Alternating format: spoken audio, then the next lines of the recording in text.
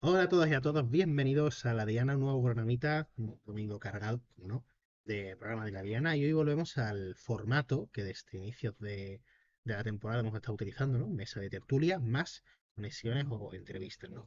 Hoy en La Diana hablamos de un tema bastante interesante que tenemos atrasado desde hace una semana, porque cuando salió todo este caso, nosotros ya habíamos grabado el programa, ya teníamos a palabra el siguiente, así que fue un tema que tuvimos que dejar, pero por supuesto lo hemos recuperado, que es el tema del presunto caso de corrupción de Juanma Moreno con el fraccionamiento de contratos y los contratos a dedo y, en definitiva, el paso de dinero de la sanidad pública andaluza hacia la sanidad privada, que es quizás hasta lo políticamente más criticable. Y por supuesto, en un segundo bloque, hablamos de la vivienda, al hilo de la manifestación que ocurrió el pasado domingo, donde más de 57.000 patriotas y 57.000 constitucionalistas salieron a la calle a desfilar por Madrid. Esta gente sin cabra ni sangre azul, pero desfilaron sobre Madrid y reclamaron al gobierno y a las instituciones, en definitiva, que pongan fin a la situación de precariedad que se vive en la vivienda, en definitiva, la situación de la vivienda, y que hagan que se cumpla el artículo 47 de la Sacrosanta Constitución y podamos tener derecho efectivo a la vivienda. Entonces hablamos de estos dos temas y lo hacemos con una mesa bastante interesante que ahora mismo presentaré con Carlos Pozo, que es un compañero mío de clase, va a ser analista de la Diana, va a estar viniendo de vez en cuando. También tenemos a Cristian López, ya codirector de Espacio Andaluz, ya lo conocéis. Espacio Andaluz tiene su sección ya fija aquí en la Diana. No han dejado de venir, salvo los 2 días que hemos hecho entrevistas, más mini entrevistas dentro. Salvo eso, han estado viniendo todos los días. Y Aurora Baez, que es periodista en El Salto de Andalucía. ¿Vale? Así que hoy tertulia interesante. Una tertulia que cortaremos en dos momentos para hacer dos mini entrevistas o dos conexiones. Una con Esperanza Gómez, que es diputada en el Parlamento de Andalucía por la coalición de Por Andalucía. Dentro de esta es la representante de Más País Andalucía y es miembro en la mesa del Parlamento, el órgano rector del Parlamento de la formación, ¿no? de Por Andalucía. Con ella hablamos de su sustitución por Alejandra Durán al frente de la portavocía del grupo y, por supuesto, de vivienda. No, de vivienda no, de hecho, a ella no le pregunté por vivienda. De sanidad y de la iniciativa que tuvieron hace unas semanas, que aprobaron con unanimidad en el Parlamento de Andalucía para reformar el Estatuto Básico de los Trabajadores y facilitar el acceso a las personas con discapacidad a los puestos públicos. Y al final del programa hablamos con Luis Rodrigo, que es portavoz en Andalucía, de Málaga, perdón, de Adelante Andalucía, de la formación andalucista, y hablamos con él, de vivienda, sanidad y de muchos más asuntos. No, yo lo dejo ya, que estoy haciendo aquí un monólogo introductorio bastante largo. Si se os ha preferido, esto es la Diana y comenzamos este programa más que de repleto. No os lo perdáis porque está bastante interesante. Empezamos. Y estamos ya con lo que es el debate. Ya sabéis, hoy tenemos dos temitas fuertes: corrupción, el presunto caso de corrupción de Juanma Moreno, y la vivienda, que será el segundo bloque de nuestro debate. Y hoy tenemos a dos caras nuevas en el programa. Uno es Carlos Pozo, que será en el futuro colaborador habitual de la Diana. Todavía no lo es porque no es habitual, acaba de empezar. Y es compañero de clase de periodismo. Y bueno, quizá por hablar en silencio, quizá lo podráis conocer. Bienvenido, Carlos. Muchas gracias y encantado de estar aquí con Cristian, contigo y con Aurora. Igualmente. La segunda cara conocida, una cara por lo menos femenina, que por desgracia este programa está siempre muy plagado de nabos, mucho debo decir, es Aurora Báez, que es periodista del Salto en Andalucía, o es, mejor dicho, El Salto Andalucía, por decirlo más concretamente. Bueno, a ver, somos un nodo en el que trabaja también, o sea, en el que hay muchas compas Sí. haciendo una labor de edición y tal, y es un trabajo colectivo, pero sí, yo estoy ahí Como periodista, sí. escribiendo las cosillas. Pues eso, bienvenida a la Diana. Gracias por venirte. Muchísimas gracias por invitarme. Y a esta persona sí que la conocéis, que es Cristian López, director de Espacio Andaluz. Bienvenido otra vez a la Diana. Muchísimas gracias. Con muchas ganas de estar por aquí de nuevo. Es de resaltar que, salvo los programas que hemos hecho solo entrevista, Espacio Andaluz ha estado todos los programas de los que llevamos de temporada. Y a ver si podemos mantener esa racha. Y empezamos ahora sí con el primer tema del programita, ya sabéis, el presunto caso de corrupción de Juanma Moreno. Y le voy a preguntar a Cristian, que es el que lo ha tratado en Espacio Andaluz, imagino que Aurora también en El Salto, pero como él es tan pedagógico, le voy a preguntar a él ¿Qué es este caso de corrupción? O sea, la explicación más informativa, más allá de la parte de análisis que haremos ahora, ¿en qué consiste este presunto caso de corrupción del gobierno andaluz? Claro, a ver, aquí realmente hay que diferenciar de dos grandes montantes, ¿no? Es decir, yo, por ejemplo, hablaba en este caso del tema de macrotrama, porque no sé, claro, no se resume precisamente en una, sino que realmente hay dos grandes escenarios, ¿no? El primero que sería uno que lleva ya precisamente, investigándose, ¿no? O al menos por parte del PSOE de Andalucía, que sería el tema de los 243 millones que fueron en este caso adjudicados a dedo al tema de clínicas privadas y que básicamente lo que ha sucedido básicamente es que ya precisamente el juzgado de instrucción ha aceptado a trámite lo que será la denuncia del PSOE. Es decir, para que lógicamente un juzgado de instrucción acepte a trámite o tramitar una denuncia, lógicamente es porque de alguna forma ya ve indicios como tal de que existen delitos. Entonces, en principio, los delitos como tal que podrían existir son los de prevaricación y los de malversación.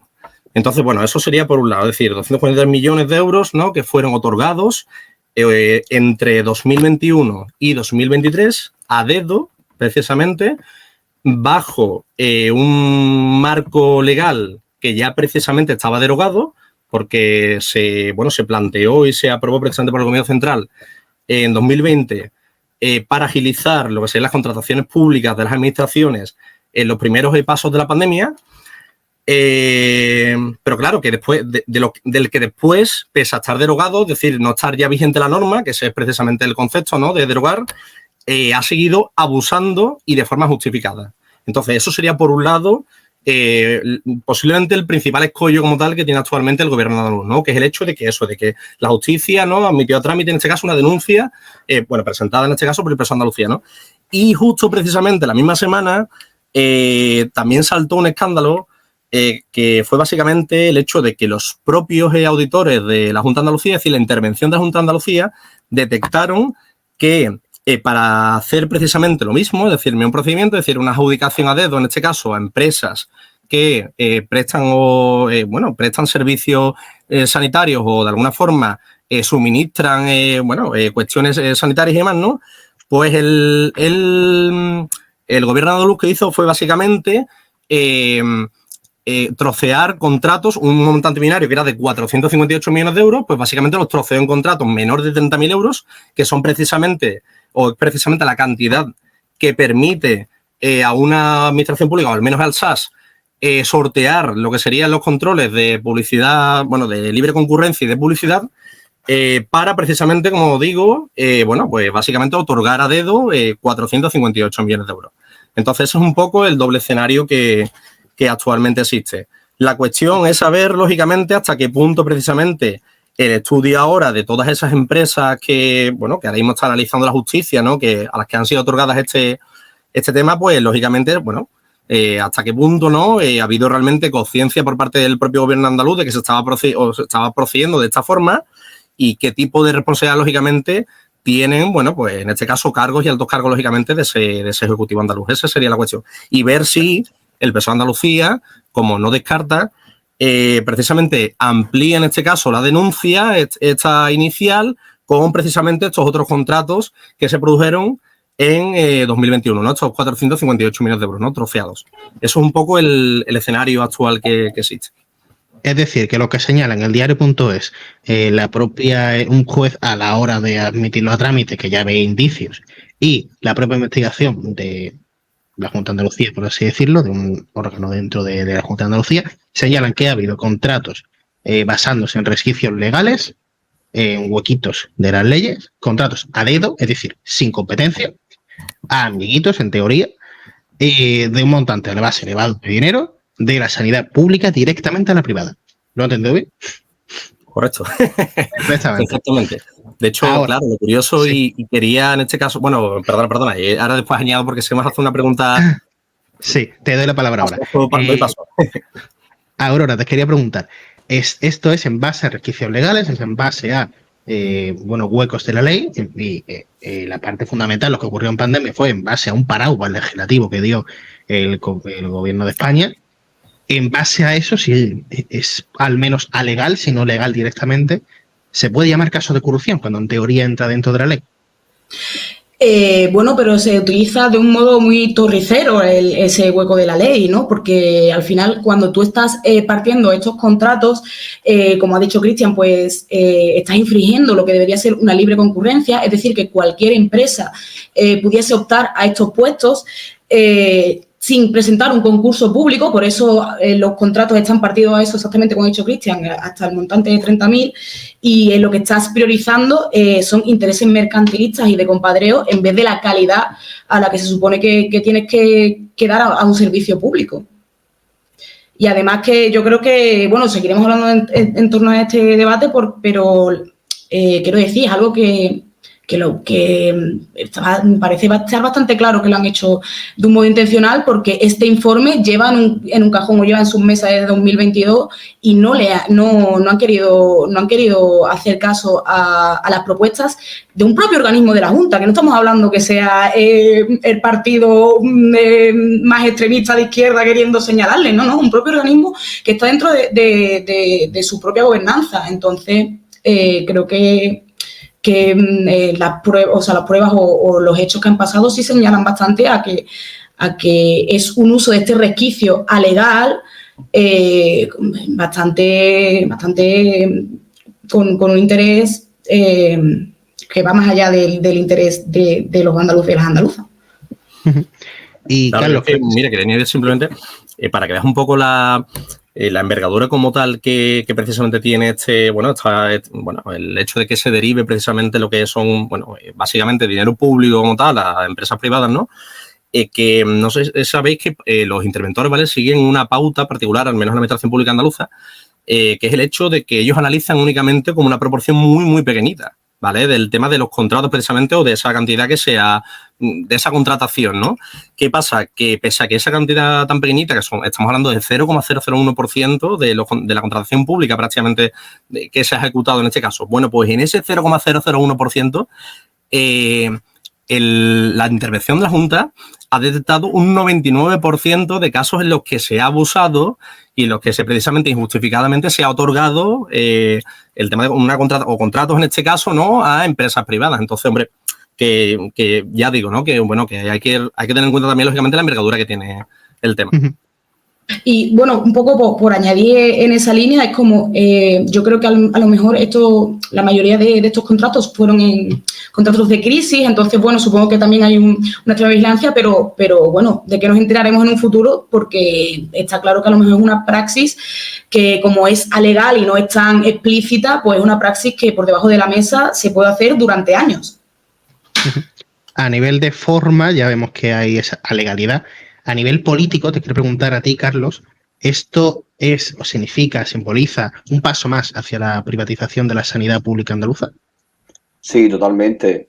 Porque al final este tipo de presuntos casos de corrupción con los datos de Andalucía, en el caso de la lista de espera de la sanidad pública, pues son llamativos, porque yo quería decir que Andalucía encabeza la lista en listas de espera en España, con unos 204.000 pacientes a la espera de operarse, una media de 169 días de espera, que es 48 días más que la media española. O sea que es bastante preocupante que se vacíen las arcas públicas en favor de la sanidad privada. Quería decir también que, claro, este tipo de adjudicación a dedo también afecta negativamente a la Junta, porque, claro, si las empresas no compiten por ese concurso público, al final la Junta acaba pagando más dinero. Y claro, pues no quiero repetirme, pero eso al final afecta muy negativamente en la arca.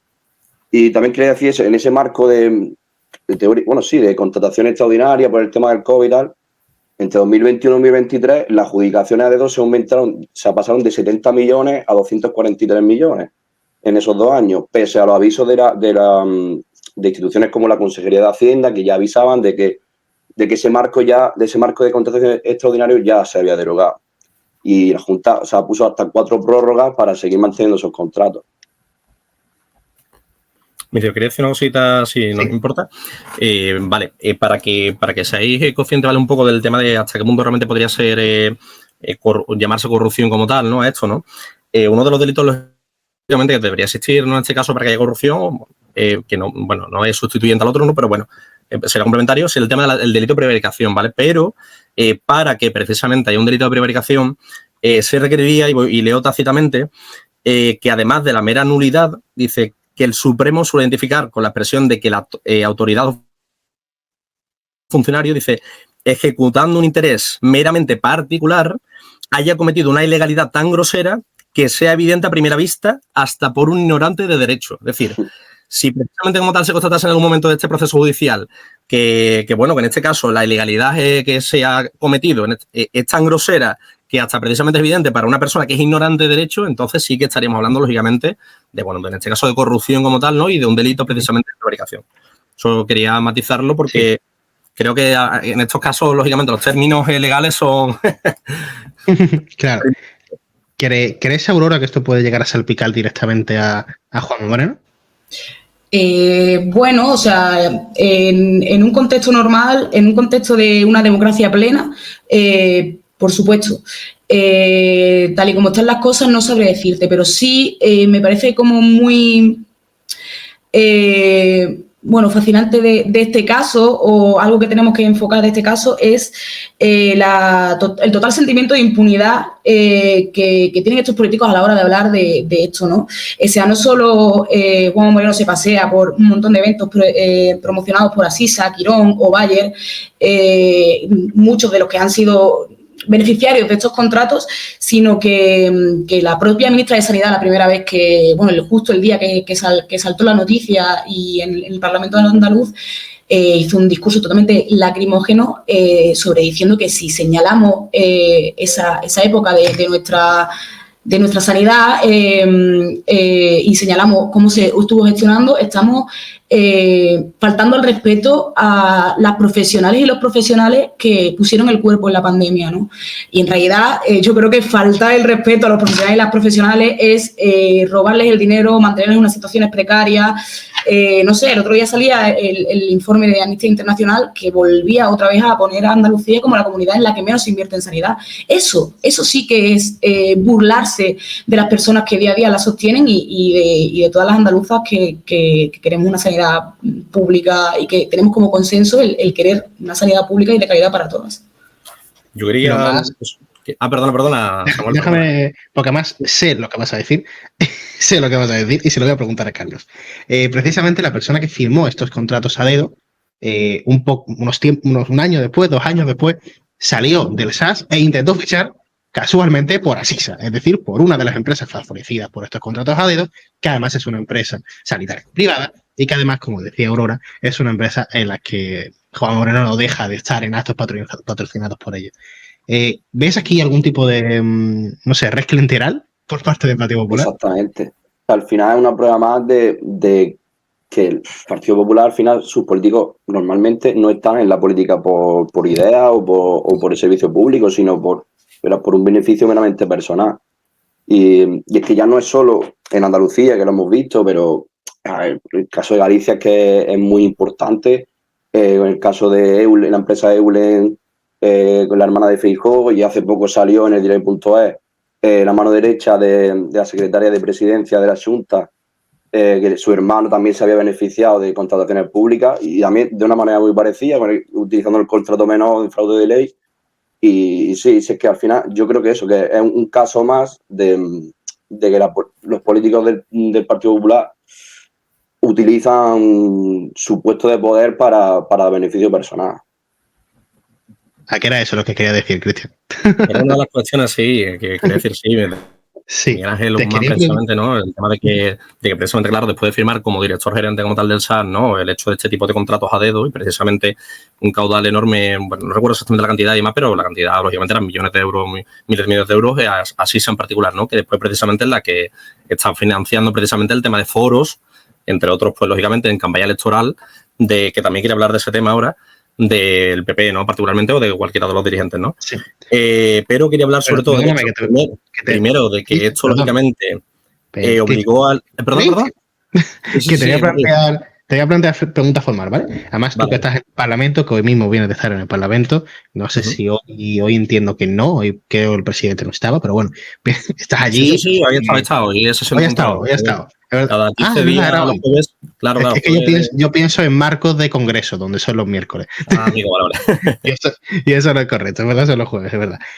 Tú lo has visto directamente al presidente de la Junta hoy. No sé cómo lo ves, qué sensaciones hay. No sé si con el Partido Popular diciendo que la ETA está más viva que nunca, hay posibilidad de que este gobierno se pueda tambalear o incluso pueda caer pese a la mayoría absoluta por este caso, o si ves, al contrario, que lo que nos ha dicho Esperanza en la entrevista que veréis en unos escasos minutos, que Esperanza nos ha asegurado que le ve Esperanza Gómez de Más País, de Por Andalucía, asegura que le ve bastante miedoso con este asunto.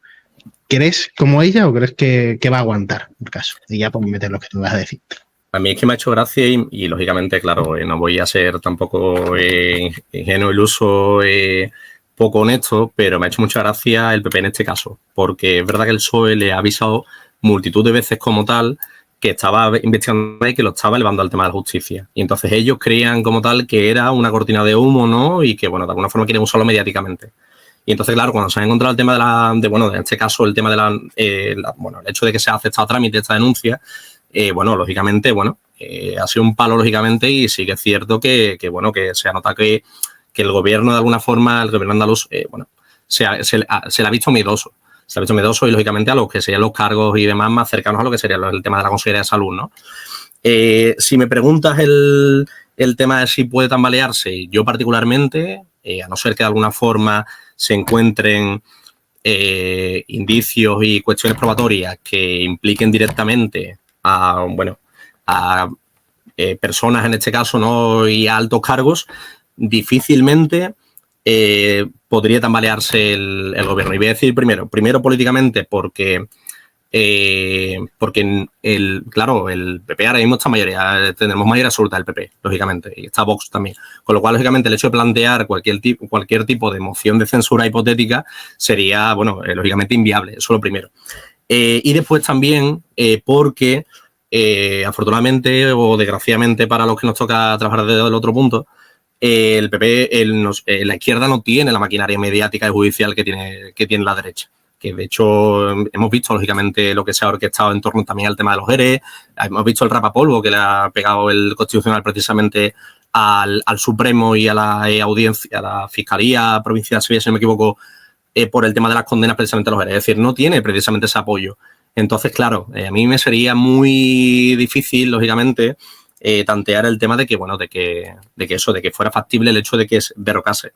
Si consiguen, lógicamente, que a la par que hay este tipo de hechos probatorios, se traslade a la imagen pública el hecho de este agravio, que de hecho no sé si sabéis, pero en el tema de estas adjudicaciones a dedos hay términos que se usaron precisamente por el PP en el tema del caso de los ERE. Es decir, terminología exactamente igual, ¿sabes? Pero claro, que ellos usaron de forma torticera, lógicamente.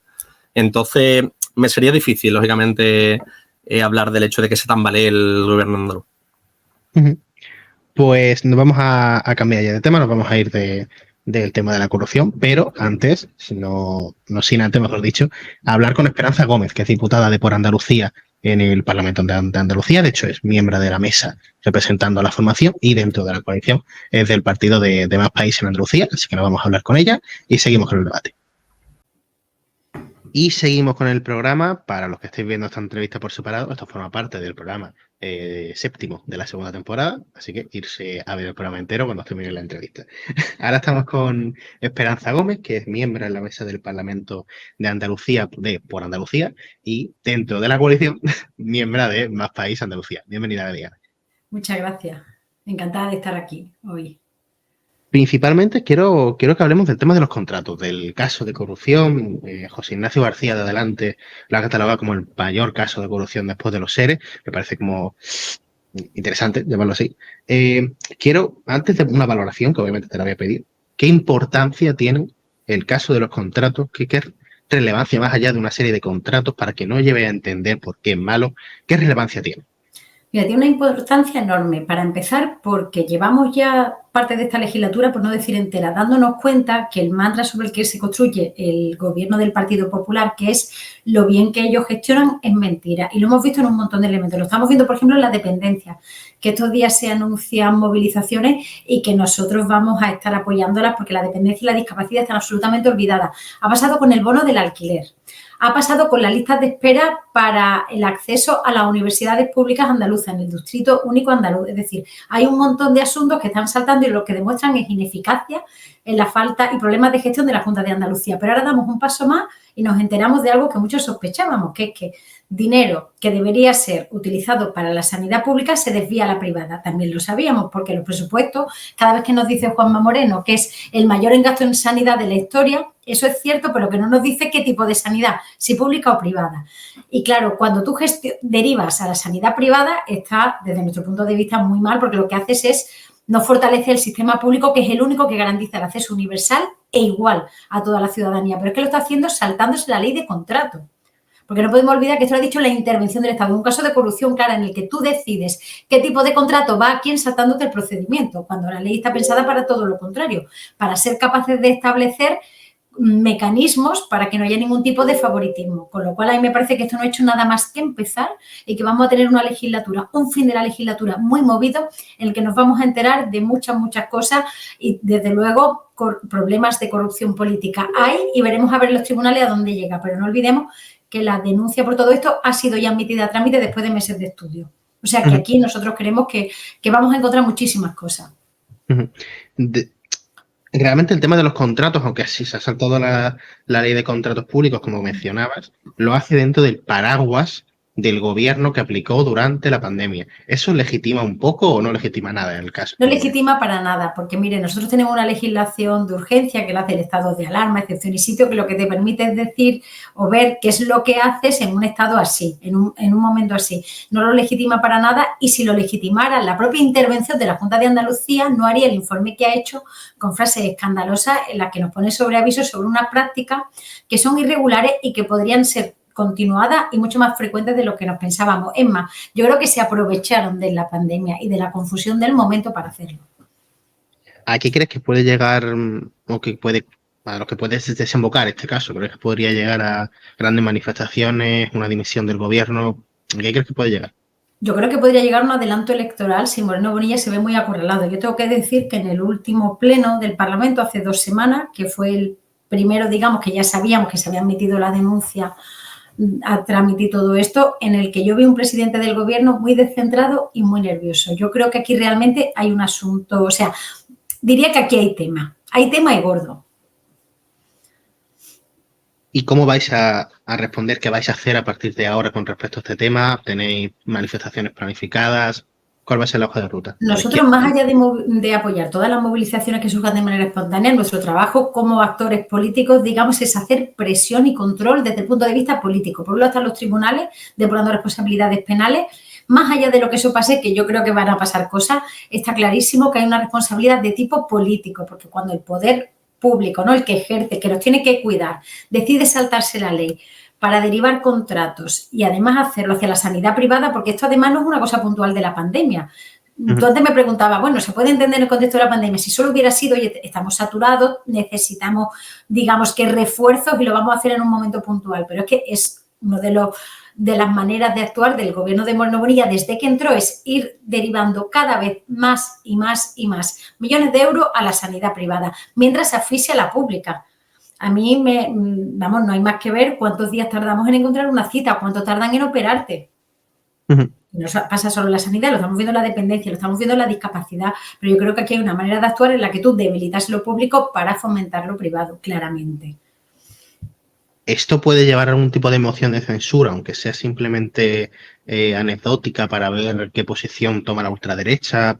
No se puede llevar algún tipo de moción de censura. Honestamente creo que no, porque con una mayoría absoluta es absolutamente impensable, una mayoría absoluta muy sólida, en la que además no podemos olvidar que tiene el respaldo inquebrantable de Vox, que a veces parece que levanta un poquito la voz, pero no es cierto, no lo hace. Siempre votan juntos, en la gran mayoría de ocasiones votan juntos. A Vox le gusta la sanidad privada, igual que le gusta la universidad de chiringuito privada, e igual que le gusta todo lo que sea privado. A lo público mucha exigencia, a lo privado ninguna. Y más allá, yendo al fondo de la sanidad, ¿cómo está siendo ese proceso para privatizar la sanidad? Que mucha gente dice, bueno, pues habrá que privatizar porque lo público no funciona, ¿no? Claro. ¿De dónde viene eso? Pues mira, es muy fácil. Para empezar, tú concedes muy malas condiciones laborales a tu personal. No le pagas bien y algo que es todavía peor, le haces contratos muy breves, de muy poco tiempo, sin darle seguridad jurídica. Está pasando con el personal de enfermería y está pasando también con los médicos y médicas. ¿Qué sucede? Que entonces el personal sanitario, cuando ve que no tiene seguridad y en una comunidad autónoma distinta, País Vasco, por ejemplo, le ofrecen 6 meses de contrato y aquí te ofrecen 20 días, ¿tú qué harías? Pues la primera vez aguantas con los 20 días, pero llega un momento que al final acabas yéndote. En el momento que eso pasa, empieza a haber listas de espera, porque es que no tenemos personal suficiente. Por ejemplo, pediatras. Faltan muchos pediatras. Se empiezan a cerrar centros de urgencia en muchas zonas rurales, porque yo vivo en Sevilla capital, pero no podemos olvidar lo que está pasando en las zonas rurales, en los que pasamos de tener un médico que iba todos los días unas horas a médicos que van 3 días a la semana, médicos que van un día a la semana y algo peor, no hay urgencia. Si te pasa algo en determinadas zonas de la Sierra Norte de Sevilla, te mueres porque no hay ambulancia ni un médico para atenderte. Entonces, como decía, tú vas debilitando todo eso. ¿Qué creas? Una lista de espera enorme, porque si no hay gente para operarte, no hay gente para atenderte, la lista de espera. Y ahí que tienes la excusa perfecta para decir, tengo que privatizar, ¿para qué? Para hacer un plan de choque. ¿Y el plan de choque para qué es? Voy a contratar intervenciones y pruebas médicas. Entonces, todo lo que se tenga que hacer, una prueba un poco más complicada o una intervención, va a la privada a la que le pagamos por hacerla, mientras los quirófanos de la pública están cerrados. Y eso es un escándalo. Lo que necesitamos es pagar mejor y darle mayores condiciones de seguridad a nuestros profesionales sanitarios. El relato conservador, liberal, la gente de derecha, dice, bueno, como ya está mal la sanidad, que viene por lo que tú vienes, o ya está mal lo público en general, pues hombre, derivar dinero público para que la gente no tenga que pagar por ir a la privada no está tan mal, ¿no? Porque es un tipo de pública concertada, por así decirlo. ¿Cómo responder a este tipo de discurso? Pues mira, es muy fácil. En lo público, ¿qué es lo que se paga? ¿No? Es decir, el dinero del Estado, ¿a dónde se destina? Al sueldo del personal sanitario y al gasto de mantenimiento del hospital. Se me ocurre la luz, el agua, la limpieza. ¿Qué es lo que guía a los profesionales sanitarios de la privada, a los dueños de las clínicas privadas, de las empresas sanitarias privadas? El lucro. ¿Alguien cree que una empresa privada sanitaria va a concertar con la pública una operación a la que no le saque dinero? Es inviable, ¿no? Pensar eso. O sea, es de cajón, porque es que tú eres privado. Lo que te mueve es el afán de lucro, el ánimo de tener un beneficio. Entonces, después de pagar al personal muchas veces muy mal, porque hay que decir eso, pagan muy mal a tu personal, yo quiero tener un beneficio. Por tanto, el Estado lo que está haciendo cuando desmantela la pública está pagándole a la privada la parte que puede costar la intervención más esa parte de beneficio o lucro. Vamos a ahorrárnoslo, ¿no? Vamos a ahorrárnoslo, es que es así de sencillo, no hay más. Y a lo mejor, si hubiera en algún punto en concreto, vamos a imaginar alguna prueba muy específica nueva que la pública no tuviera el material necesario, ¿no? Eso en realidad no pasa, porque es al revés. Pero vamos a pensar qué pasará. Pues a lo mejor lo podríamos entender. Miren, es que existe un robot que te hace unas operaciones casi sin daño de manera precisa y solo está en la privada y para determinados tipos, imagínense, de cáncer, lo vamos a pagar. Pues a lo mejor lo entenderíamos todo. Incluso podríamos resolver o pasar por el ánimo de lucro, mientras tanto la pública no se hace con ese tipo de instrumental quirúrgico. Pero lo que no puede ser es que para operaciones que son sencillas, les voy a poner un ejemplo, el menisco, una de las operaciones que más se hace son los problemas de menisco en las rodillas, ¿no? De la rodilla, que a cierta edad pues se rompen y hay que intervenir. Eso es algo que se hace. Pues hace poco recibíamos la denuncia de personal sanitario que decía que los MIR que estaban haciendo la especialidad correspondiente no podían completar su formación porque no tenían operaciones que realizar. ¿Por qué? Porque se estaban derivando todas ¿a dónde? A la privada. Como se derivan a la privada, son fáciles, se hacen como churros y les pagamos. Mientras nuestro personal preparado en la pública ni siquiera puede completar la formación porque para eso tienes que hacer X horas de quirófano como primer cirujano, como segundo cirujano, y no las haces porque no te llegan. ¿Por qué? Porque al público no llegan porque están todas en la privada. Luego, cuando hay un problema de verdad, ¿dónde vamos? Vamos a la pública, a la que no te cobra. Claro. Cuando hablabas del deterioro de lo público en Andalucía, mencionabas la dependencia, que sí. Mucha gente, incluso yo, en mis primeros momentos de politización, digo, ¿qué coño es eso? La dependencia no es más que las políticas que van a ayudar a personas dependientes. Mayoritariamente personas mayores, pero también personas con discapacidad. Y ahí es a lo que quiero yo llegar. aparte de la pregunta general de cómo ves la situación de las políticas de dependencia en Andalucía, te quiero preguntar por una iniciativa que llevasteis al Parlamento hace por cuestión de 4 semanas más o menos, en la que conseguisteis unanimidad, que además la Sí. representaste tú, conseguisteis unanimidad en la toma en consideración para favorecer o para ayudar al acceso a los puestos públicos a las personas con discapacidad. Quiero preguntarte qué conlleva, qué lleva esta medida, hacia dónde va. Esto va por el hecho de que es una ley nacional, pero bueno, ya lo explicarás tú. Y si esa unanimidad crees que va a seguir manteniéndose. Mira, te voy a responder primero a la última pregunta, la de la ley, porque es una iniciativa de la que me siento especialmente orgullosa porque es algo que surge casi de manera anecdótica hace años, pues hablando con personas del mundo de la discapacidad intelectual y que me cuentan cómo, bueno, algo que yo podría decir que sé, ¿no? Porque lo vivo y porque lo conozco de segunda. Existen 2 ámbitos donde la inclusión no es real, y no sé, en el caso de las personas con discapacidad intelectual en este caso. Uno es el problema de la escuela, de la escolarización. La escuela pública no está preparada para niños y niñas que no están en la media. Y tener discapacidad significa que no estás en la media, que necesitas otras cosas. Hay una falta de recursos que es sobrecogedora y estamos viendo este inicio de curso especialmente, pues problemas muy, muy graves. Y sería muy interesante alguna vez que pudieras hablar con madres, con padres que te cuenten lo que padecen sus hijos e hijas en los coles. Que no olvidemos que llevar a nuestro hijo al cole es obligatorio. Que cuando yo dejo a mi hija en la puerta del cole, es la administración la que está asumiendo el deber de cuidado, porque yo no tengo más remedio que llevarla, si no me denunciarían por absentismo escolar. ¿Vale? Entonces, los niños tienen que estar bien cuidados y eso pasa no por tenerlos en un pupitre abandonado, sino porque estén bien atendidos. Eso para empezar. Y el segundo problema de la inserción laboral. En el caso de la discapacidad intelectual se había avanzado hace unos años porque había una cuota, una reserva de plaza, un tanto por ciento para las personas con discapacidad física, lo que llamamos diversidad funcional e intelectual. En el caso de la discapacidad intelectual, las plazas nunca se podían llegar a cubrir. ¿Por qué? Porque el examen que le hacen son 2 cosas. El temario es muy difícil, aunque esté adaptado, que no siempre lo está, aunque ellos digan que sí, no siempre lo está, pero además de que es muy difícil, el examen en sí, que es un tipo test, puede ser muy fácil, pero engloba el concepto de trampa que una persona con discapacidad intelectual no siempre entiende. Entonces, después de la tortura que puede suponer, imagínate que una persona entienda lo que es la Constitución y se la estudie, puede saberlo, pero puede que incluso llegando a eso, que ya les cuesta, no sepa hacer el examen. ¿Por qué? Porque contiene un tipo test que a lo mejor formula la pregunta en negativo y no son capaces de hacerlo. Entonces, se nos ocurrió la idea de sustituir ese examen por una prueba de situación. Porque además también se da otra cosa. A lo mejor hay una persona que sí aprueba el examen, pero no sabe hacer el trabajo para el que está, para el que ha optado o que se le ha asignado. Entonces, ¿qué es? Una especie de prueba práctica en la que esa persona lo que hace es ejercer la labor que va a desempeñar. Y además es fácil porque no van a ser ingenieros informáticos. Quiero decir, son las tareas básicas dentro del escalafón de la administración pública. Lo presentamos una primera vez y nos lo tumbaron, ¿vale? Tengo que decir que yo sentí mucha rabia, pero también supe que eso no nos podía frenar y a los pocos meses lo volvimos a presentar y ha salido por unanimidad. Es una ley que se va a aplicar a todas las oposiciones y pruebas públicas de toda España. Estado, comunidades autónomas, ayuntamientos, diputaciones, a todo. ¿Por qué? Porque eso se va a contener en la legislación básica de función pública, en el Estatuto Básico del Empleado Público, que tienen que aprobar las Cortes Generales. Entonces, nosotros lo aprobamos aquí por unanimidad, pero es solo una iniciativa legislativa que irá al Congreso de los Diputados, que estimamos que entre abril y mayo se podría estar debatiendo la toma en consideración y que creemos que se va a aprobar también por unanimidad en las Cortes Generales y para eso estamos trabajando ya. En mi caso, con la Secretaría de Estado que lleva temas de discapacidad dentro del Ministerio de Derechos Sociales y también pues, con el Grupo Parlamentario Plurinacional de Sumar, con el que ya tengo contacto y yo creo, de verdad estoy firmemente convencida de que lo vamos a sacar adelante y le vamos a cambiar la vida a miles de personas, sobre todo porque vamos a hacer que una ley ya aprobada se pueda cumplir de verdad.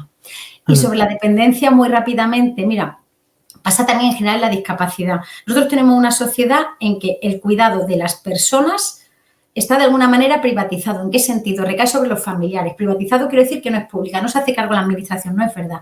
La ley de dependencia supuso un avance fundamental porque lo que decía era a veces hay situaciones en las que las personas necesitamos ayuda porque tienes que cuidar a un familiar y eso supone una carga económica, sobre todo para las mujeres que dejan de trabajar, además, que tienen que estar cuidando. Y se estableció la ley de dependencia que establece una serie de prestaciones. Lo que está haciendo la Junta de Andalucía es dilatando y retrasando el reconocimiento de la dependencia hacia unos niveles vergonzantes.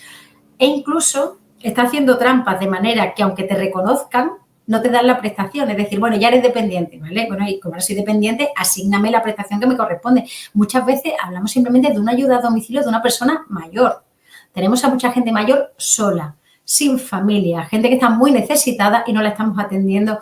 Y eso mide mucho la catadura moral de unos dirigentes y de una sociedad. Dejar a los mayores y a los que más lo necesitan, a las personas que no pueden valerse por sí mismas. La dependencia no es discapacidad, la dependencia es que no puedes vestirte, ducharte o comer.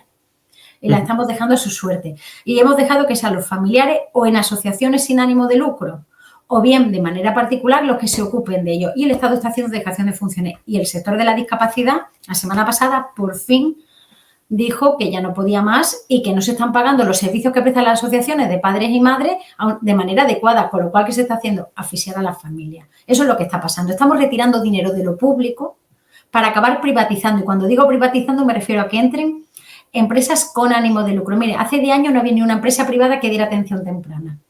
Ni una. Lo daban los centros de atención infantil temprana de asociaciones sin ánimo de lucro, pues de Down, de autismo, de Asperger, de la ONCE. ¿Qué está pasando ahora? Que ya hay gente que se da cuenta que eso es un negocio y con cierta plaza con la administración. Y al precio que está la hora o la sesión por parte de la Junta, le aseguro que se hace rebajando mucho la calidad de las condiciones laborales del personal que trabaja en esa empresa privada y sobre todo la atención a nuestros niños y niñas. No puede ser que el que tenga dinero se pueda pagar un buen centro y el que no.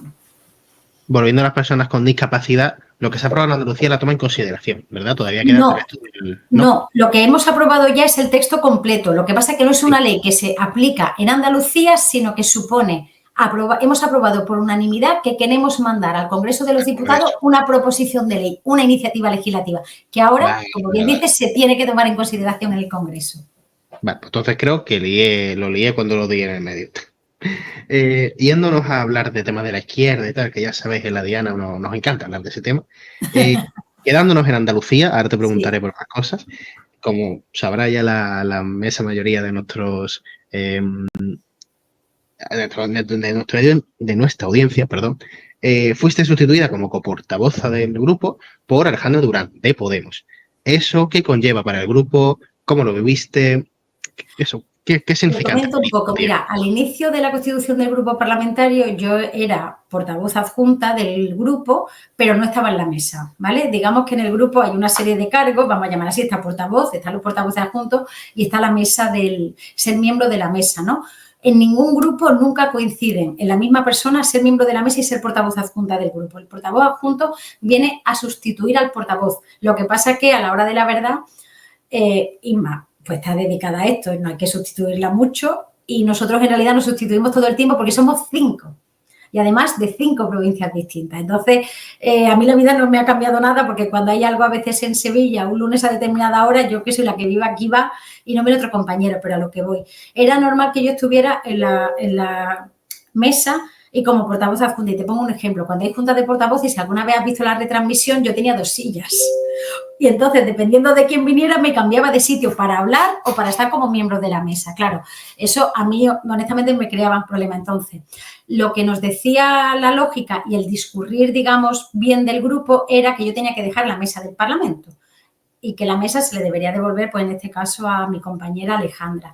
Pero es verdad que, bueno, pues hablándolo entre todas nosotras nos dimos cuenta que la mesa quizá era el lugar más apropiado para mí, porque es que la mesa, yo disfruto un montón, aunque parezca mentira, pero yo soy experta en derecho parlamentario y en la mesa estoy aprendiendo enormemente. Y además me conozco el reglamento, me conozco la jurisprudencia del Tribunal Constitucional, tengo libros sobre el tema, entonces decidimos que en vez de hacer lo que se había dicho, que era que lo de la mesa era solo temporal y pasaría a la persona que originariamente estaba, decidimos que me quedaba yo y dejaba la portavocía junta. Y en su momento estoy muy contenta. Sí, y en su momento, ¿por qué pasó la mesa de Alejandra a ti? Bueno, pues eso, yo creo que si tiras de hemeroteca, pues seguramente lo encuentras, pero fueron momentos que no fueron difíciles al inicio y bueno, hubo algunas decisiones que pudieron parecer que se adoptaban en nombre del grupo y que no estaban consensuadas. La mesa, tengo que decir, que es un órgano muy delicado donde se decide el discurrir de la vida parlamentaria, dice el reglamento, que es el órgano de dirección de la Cámara. ¿vale? Y como tal, bueno, pues al final se decidió en ese momento que pasara a mí y han decidido que me quede. Yo tengo que decir que estoy muy agradecida por la confianza depositada en mí, porque siempre lo asumí de una manera temporal y ahora de alguna manera he sido ratificada. Así que lo que me cuenta es un poco, depende de cómo lo mires. Y esa sustitución por Alejandra no significa, como alguno ha escrito en algún medio de comunicación, una OPA hacia Sumar y un golpe sobre la mesa de Podemos. No significa eso, ciertamente, ¿verdad? No, yo no lo vivo así. Lo que pasa es que normalizar el grupo significa que también decisiones que tomamos en un momento en el que las cosas no eran tan pacíficas ni estaban tan bien como hasta ahora, pues esas decisiones había que revertirlas y se ha revertido así. Por cierto, Sumar, tengo que decir que abre sede en Sevilla la semana que viene. La abre de nuestra mano y, bueno, vamos a tener en la inauguración a Íñigo Errejón, vamos a tener a Lara Hernández, secretaria de organización, que yo estoy feliz porque Sumar va a empezar a hablar andaluz y va a empezar a partir del 21. Nos ha llegado la invitación, pero claro, se veía complicado que vayamos desde Málaga, la verdad. Volviendo al tema de la unidad, ¿cómo está ahora mismo el espacio de la izquierda en Andalucía? Mira, a mí, yo entiendo que nos preguntéis por eso. A mí me preocupa cuando hablamos tanto de la unidad, porque a veces hay quien confunde la unidad como medio y la unidad como fin. Para mí, el hecho de hablar de la unidad de la izquierda en el sentido de la uniformidad de la izquierda me parece un error. Nosotros, dentro de nuestro espacio, tenemos mucha riqueza política, riqueza cultural iba a decir, pero desde el punto de vista político somos formaciones distintas, con culturas y maneras de ver la política distintas, y yo creo que eso enriquece el espacio. Entonces, la unidad ha sido en determinados momentos, lo fue en las últimas elecciones autonómicas, lo ha sido en las generales, yo creo que lo va a volver a ser, pues un instrumento para que un proyecto progresista pueda afianzarse en Andalucía y podamos empezar a pensar en el fin de la mayoría absoluta de Moreno Bonilla. Pero para mí la unidad nunca ha sido el fin. Yo no me he embarcado en este proyecto para acabar siendo lo mismo que otros partidos que ya existían. No sé si me estoy explicando. La unidad tiene que ser un instrumento, pero nunca es un fin en sí mismo. Y a mí me sigue sorprendiendo líderes de nuestro espacio que hablan continuamente de la unidad con la sensación de que la unidad es como el destino al que hay que llegar, ¿no? El faro que nos tiene que guiar, y la unidad tiene que ser únicamente un instrumento para llegar a donde queremos llegar, que es un espacio progresista, alternativo, de gobierno, que dé seguridad a nuestra ciudadanía y que acabe con las políticas neoliberales de la derecha y la extrema derecha. Y para llegar a ese fin, ¿pondrían la mano en el fuego ahora mismo con que cuando se den las elecciones, que será dentro de un par de años, la izquierda que se presentó hace dos a las elecciones, ¿se va a volver a presentar juntas? Yo creo que sí. A día de hoy creo que sí. Te pongo mi mano en el fuego, fíjate. Entre ponerla y no ponerla, o entre ponerla por una cosa o por otra, no soy de apostar, pero creo que iremos juntos, sí. Por lo menos esa es la clave en la que estamos trabajando. Yo ahora mismo no estoy trabajando en ninguna otra hipótesis. ¿Hay nombres? ¿Hay vuelo de nombres de candidatos o candidatas? Todavía no, que va. No, de momento no. No sé, a veces los periodistas sois los que lanzáis los nombres, ¿vale? Y ayudáis a veces a afianzarlo, a veces a quemarlo. Yo veo uno muy claro, ¿eh? Yo veo uno muy claro. Sí, pero yo a día de hoy no me aventuraría con eso, porque además cuando ya tienes experiencia en lo que son este tipo de procesos, que no son fáciles, bueno, yo creo que hablar casi que eso es lo último de lo que se habla, si quieres que vaya a buen puerto. Precisamente usando esa retórica, cuando ya sabes un poco de este tipo de cosas, ves que si el nombre no está tan claro, es que Inma no está tan fija. No, lo que pasa es que yo nunca hablaría por nadie. Inma es una magnífica portavoz, lo voy a decir una y mil veces. Tiene el Parlamento en la cabeza y sabe, vamos, la verdad es que como portavoz es magnífica, no tengo ninguna duda de eso. Lo que pasa es que no voy a hablar de un futurible que acabe provocando un problema con otra formación política que pueda tener una idea diferente o que piense que yo estoy imponiendo nada. Por eso también tenéis que respetar nuestros tiempos y tenéis que entender cómo funciona esto y el efecto que podría tener decir otra cosa. Vale. Tú eres de Más País Andalucía, sí. Pero Más País nace como un proyecto a lo grande de Más Madrid. Pero en la dinámica interna se ha ido viendo cómo Más Madrid y Más País no acaba de ser lo mismo. Incluso me dicen hasta con disputas personales. ¿Qué ha pasado ahí? Lo que yo te puedo contar desde Andalucía, que es donde lo vivo yo, que Más País nació con un proyecto de vocación de extenderse a todo el territorio nacional y nosotros ahí no lo conseguimos. Mientras que Más Madrid se consigue afianzarse. A mí me preguntas qué es para mí Más Madrid. Para mí Más Madrid ha sido estos años de trabajo en Más País Andalucía el espejo sobre el que mirarme, lo que yo quería ser de mayor. Eso era para mí Más Madrid. un proyecto en el que son capaces de sorpasar al PSOE en algún momento, en el que son fuerza decisiva, en el que se hace un trabajo parlamentario increíble, increíble, y que para nosotros son una fuerza hermana que consiguen algo que nosotros aquí no supimos o no pudimos conseguir, y Más País como proyecto nacional no consigue afianzarse. Nos pilló la pandemia por medio, en un momento en el que teníamos mucha fuerza, y yo tengo que reconocer que eso no pudo con nosotros.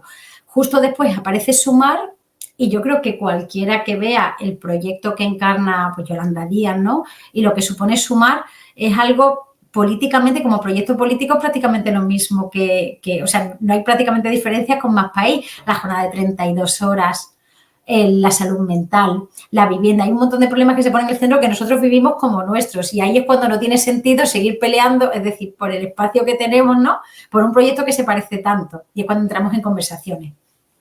Es decir, que cuando se acabe la legislatura, Más Sí. País Andalucía dejará de existir. Sí. Pues estará dentro de Movimiento Sumar Andalucía. Tal cual, así es, así es. Perfecto. Jurídicamente seguimos existiendo porque formamos parte de la coalición, pero será así. Perfecto. Y ya por acabar, esta es una pregunta trampa que no te he dicho en ningún momento, pero si vuelves a venir en la siguiente en esta temporada, sabrás que te la voy a hacer. Y es que lo estoy haciendo a todo el mundo que viene, y es que quiero que me propongáis un tema para tocar en la DIA. Le diga, mira, como deberes, tienes que hablar de esto. Así que, papel y boli. Sí, pues mira, yo creo que tenéis un tema pendiente que es hablar de la discapacidad, que nadie habla de ello. Nadie habla de verdad, con conocimiento de lo que supone en una familia. Voy a hablar de una familia con dificultades económicas, porque de todo lo demás que supone yo creo que ya lo podéis imaginar. Pero no es lo mismo tener dinero para pagarle todas las terapias que requiere tu hijo o hija, para poder ponerle apoyo escolar, para que alguien haga los deberes, para que alguien lo acompañe a las 1000 sesiones que tiene, que no tenerlo. No es lo mismo poderte pagar un logopeda en casa cuando tú no tienes tiempo que tener que llevarlo al sitio más barato, que a lo mejor te supone recorrer 3 autobuses. No sabéis lo que es tener que partir tu jornada para ir a atención temprana, para hacer los ejercicios y todos los problemas que surgen de mayor. Y ahí la variante socioeconómica es básica, o sea, es increíble, es uno de los mundos en los que más hace la circunstancia económica, y es profundamente injusto. Y no se habla lo suficientemente de esto, y yo creo que toca hacerlo. Pues lo haremos, efectivamente, recogemos el guante. Esperanza, gracias por venir. Nosotros seguimos con el programa. Y quienes estéis viendo esta entrevista por separado, ya sabéis que la Diana 2x7 tenemos un programita muy interesante sobre el caso de corrupción de Andalucía y el tema de la vivienda, que tocaremos más en profundidad en el resto del programa. Gracias, Esperanza, por venir, y nosotros seguimos con el programa. Gracias a ti, me lo pasa muy bien. Lo mismo digo. Y pasamos ya al siguiente tema del programa, el segundo y último tema de hoy, que es el tema de la vivienda. El pasado domingo, porque sigue siendo pasado domingo, justo hace una semana, salieron a las calles de Madrid miles de constitucionalistas a desfilar, esto es verdad que sin cabra ni sangre azul entre sus asistentes, salieron a desfilar para que se cumpla la santa Constitución y concretamente el artículo 47 de la misma, para que se cumpla el derecho a la vivienda. 57.000 personas llenaron las calles de Madrid. Esto sí era una ocupación de las calles de Madrid para exigirle al gobierno, al Congreso, que tome medidas y que favorezca que se cumpla realmente de forma efectiva el derecho a la vivienda en el Estado español. Por hablar, por ejemplo, en Málaga somos la provincia de Andalucía más cara en cuanto al metro cuadrado, tanto en alquiler como en compra. No hay un solo barrio, por humilde que sea, en la ciudad de Málaga que no supere el 30% del salario medio en cuanto a precios de alquiler, que es lo recomendado según los economistas, bueno, según el 30% de tu salario, pero bueno, para hacer la media, el salario medio, no hay ni un solo barrio que esté por debajo del 30% en toda la ciudad de Málaga. Se llegan a pagar 900 euros, por ejemplo, en el centro de Málaga, por un alquiler que ya no compra. Tenemos una situación realmente desastrosa, y la solución que nos da tanto el gobierno más progresista de la Glasia 2.0 como el gobierno de Juanma Moreno es bono social de alquiler. Así que vamos a hablar de vivienda ya todos. Obviamente aquí no hay nadie que diga, no, la vivienda está perfectamente. Como lo sabemos, no voy ni a preguntarlo. Pero sí voy a preguntar por cuál creéis que es la solución.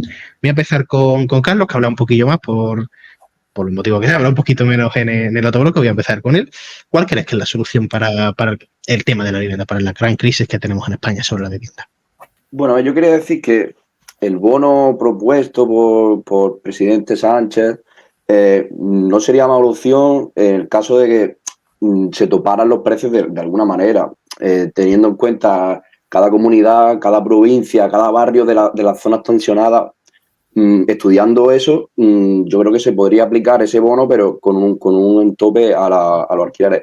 Y es que también quería decir que, o sea, el bono, claro, solo lo pueden pedir gente que viva en viviendas de menos de 600 euros o prorrogable a 900 euros. Claro, eso es solo un 1% de la vivienda de Barcelona o un 4% de la de Madrid. O sea, realmente, claro, es una medida que se queda bastante corta. Yo creo que también el tema del límite de los alquileres turísticos tiene que ser puntal, porque hay muy poca vivienda en el mercado tradicional, y creo que eso también es clave, o sea, aumentar o obligar de alguna manera a los grandes tenedores y a los fondos de inversión a que o sea, un porcentaje de esas viviendas que vayan a ese mercado tradicional, para que el aumento de oferta estabilice un poco los precios. Y también, obviamente, la construcción de vivienda pública, porque nuestro parque de vivienda pública es bastante ridículo. Según los datos de 2020, en España hay un 2,5% de vivienda social. Datos muy similares a países como Estonia, como Croacia, como Rumanía, que algunos de ellos no están ni en la Unión Europea. Y por otra parte, países como eso, como Países Bajos, un 30% de alquiler social, de vivienda social, un 24% en Austria y un 21% en Dinamarca. O sea, si queremos acercarnos a esa media europea, tenemos que ampliar nuestro parque de vivienda pública, que en su momento fue algo mayor, o parecía que iba a ser algo mayor, pero claro, las instituciones decidieron beneficiar a los fondos buitres, y claro, así nos vemos ahora. Pues efectivamente, me has pisado la siguiente pregunta, que era sobre el bono alquiler, pero igualmente lo planteo. El presidente Sánchez salió a bombo y platillo diciendo: tengo la solución, chavales, ya está, solucionado. Bono alquiler. Además, esto, cuando lo escuchamos desde Andalucía, seguro que nos hace muchísima gracia, porque somos expertos en Andalucía en bonos de alquiler que nunca llegan. Llevamos 2 años esperando ese que prometió Juanma Moreno. Quería preguntarte a ti, Aurora, precisamente, sobre el bono alquiler, si consideras que es una solución, que es parte de la solución, que no, que directamente no es ni parte. No sé, algo que quieras comentar sobre el tema del bono de alquiler, o si es directamente un parche, que es lo que a veces hace este Para gobierno. mí, el bono de alquiler es solución solo para salvaguardar el culo y la honorabilidad de este gobierno.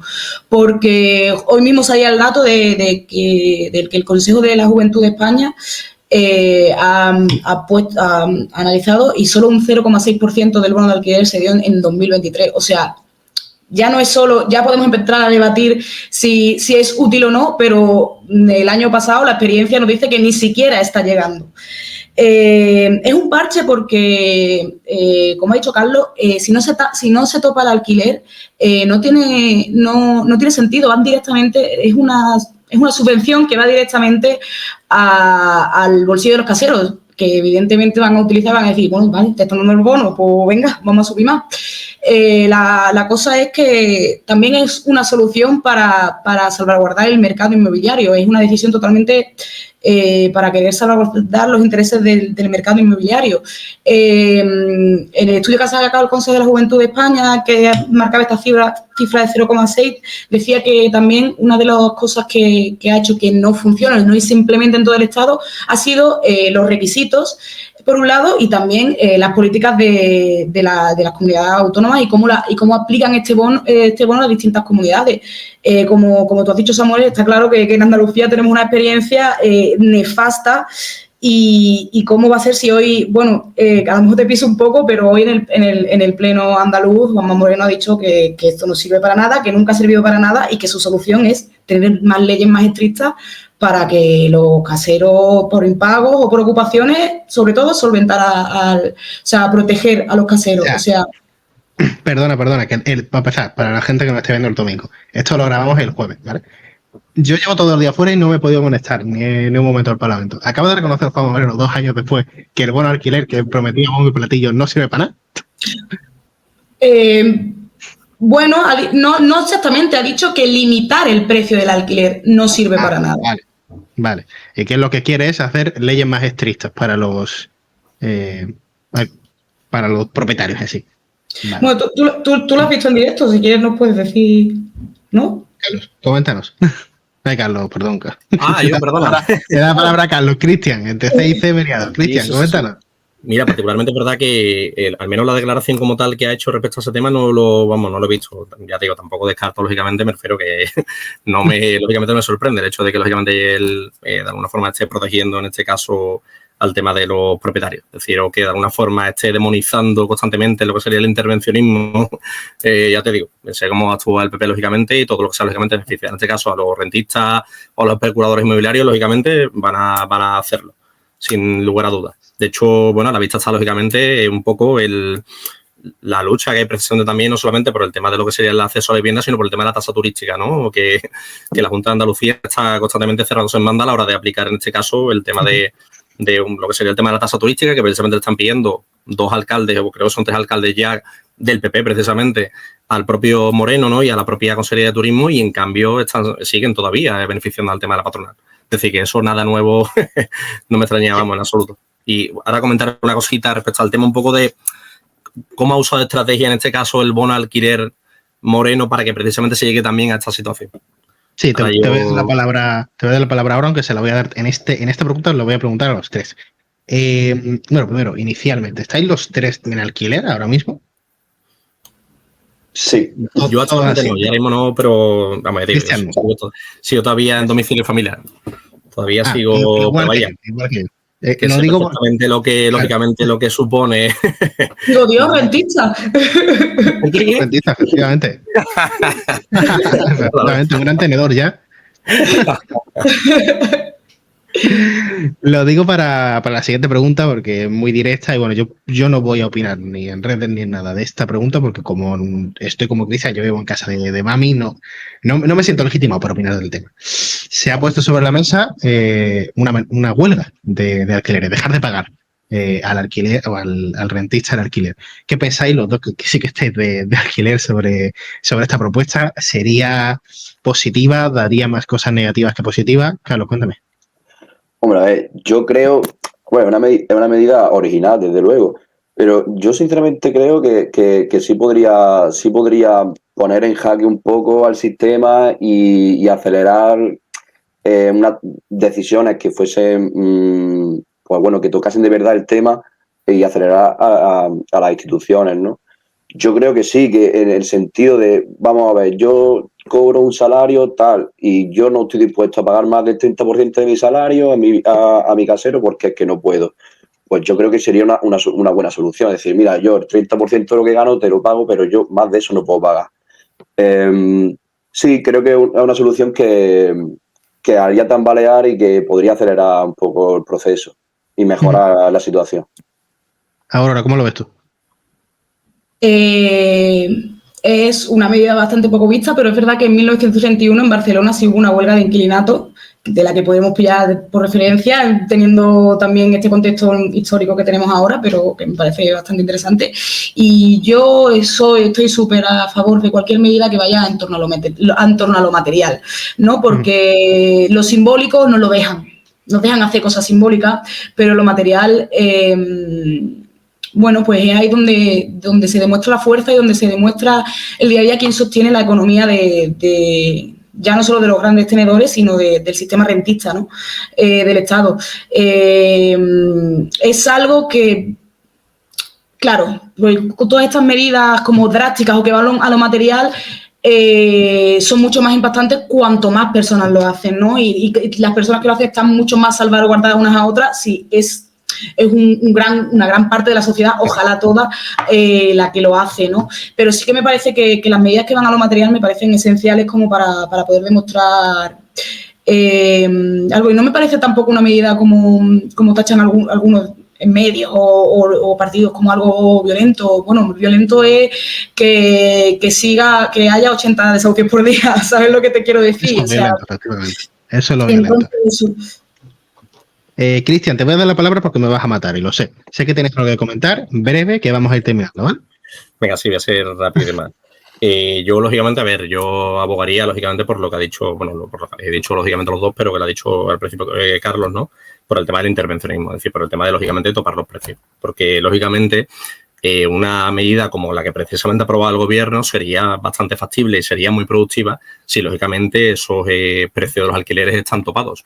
Pero si, lógicamente, tú vas a dar una cierta cantidad que precisamente lo que va a hacer es simplemente que un casero, en este caso un rentista, suba el precio del alquiler y simplemente salve en este caso, o incluso eso integre precisamente esa ayuda como tal que le está proporcionando en principio el Estado a lo que serían, bueno, las personas, los inquilinos, ¿no? Básicamente, pues ya te digo, me parece lógicamente absurdo. Me parece lógicamente absurdo y de hecho me parece, te diría que torpe, pero no creo que sea torpe. Porque ayer, por ejemplo, escuchaba a Lama Rosa decir, oye, es que es muy torpe, ¿no? Es que el PSOE es el partido que tiene más rentistas en el Congreso de los Diputados. Es decir, hay que tener en cuenta, lógicamente, que, bueno, Pedro Sánchez es muy listo, cuidado. Ese tipo de medidas, lógicamente, van en contra precisamente de, bueno, y los intereses, lógicamente, de los poderes fácticos como tal, ¿no? Y del capital. Entonces, vamos, ya digo, no he esperado, pero sí que al menos está siendo, lógicamente, si decimos algo torpe, lógicamente está siendo lógicamente torpe porque es que le está dando completamente un marco discursivo maravilloso a la derecha, en este caso, para hacer precisamente daño al gobierno. Entonces, claro, tú puedes precisamente afear determinado, bueno, a ver cómo me explico. Es decir, algo que precisamente te compete como tal, única y exclusivamente, que tú de alguna forma no sepas precisamente gestionarlo y que no sepas dar solución precisamente a ese conflicto de cada ciudadanía, pues lógicamente, bueno, es duro. Entonces, por ahí eso, lógicamente, el intervencionismo. Después, el tema de como ha dicho Carlos, el tema de la construcción de vivienda pública. Yo creo que eso sería importantísimo. España es el país de la Unión Europea que más suelo de vivienda tiene, precisamente. Y estamos viendo precisamente el problema que hay como tal de acceso a la vivienda. Entonces, eso ya te digo. Y después, a mí no me parece rocambolesco, lógicamente, lo que pasa que seré especialmente, iré totalmente contra el capital, pero el hecho de, por ejemplo, lo que ha presentado ante Andalucía, del hecho de expropiar viviendas vacías como tal, del tema de fondos inversores y de bancos y demás, pues a mí, lógicamente, no me parece en absoluto rocambolesco. A mí me parece sería realmente lo idóneo, o al menos, lógicamente, que el Estado intermedie entre lo que serían los bancos y los fondos de inversión para que haya algún tipo de alquiler social para ese tipo de personas, que precisamente a lo que se dedican el tema de la plataforma de afectados por la hipoteca y compañía. Es decir, de básicamente intentar llegar a un acuerdo con bancos y con fondos buitres, básicamente para que una persona, por una cantidad módica, sea inquilina en este caso y demás, y disfrute precisamente de, como te has dicho, de un artículo constitucional, que es el tema del derecho a la vivienda. Efectivamente. Vamos a ir terminando. Le voy a preguntar a Carlos y si alguno quiere una intervención súper mega corta de menos de un minuto sobre esta pregunta también se la puedo dar, pero si no, mejor que mejor. Carlos, ¿consideras que las manifestaciones 23J ahora en UPN puede ser nuestro 15M? Bueno, es pronto todavía porque es verdad que éramos muy jóvenes, muy jóvenes en el 15M, pero sí es verdad que, bueno, los efectos de esa fecha fueron muy grandes y claro, no sé si comparar eso todavía es algo muy fuerte, pero sí, hombre, yo creo que la población joven, bueno, no solo jóvenes, pero especialmente los jóvenes nos estamos moviendo y yo creo que hemos llegado a la conclusión y todavía hay gente que no lo quiere reconocer, pero yo creo que todo el mundo es consciente de que al final el sistema no funciona. El sistema capitalista, tal y como lo tenemos, no funciona y está llegando a unos límites que está haciendo que nuestras vidas cotidianas, vidas normales, nuestra vivienda, nuestro sueldo, pues están realmente, las pensiones están realmente en peligro. Y yo creo que eso tenemos que hacer un poco una catarsis y mirar un futuro diferente, pero es que está claro que el sistema ya está llegando a unos límites que poco más puede durar realmente. Yo quería decir también una cosa que ha dicho Cristian, el tema de la expropiación a los bancos o las viviendas vacías, es una medida que estaría muy bien, la verdad, y que esa vivienda fuese de vivienda social. Pero también una medida que se me ocurrió, pensando un poco,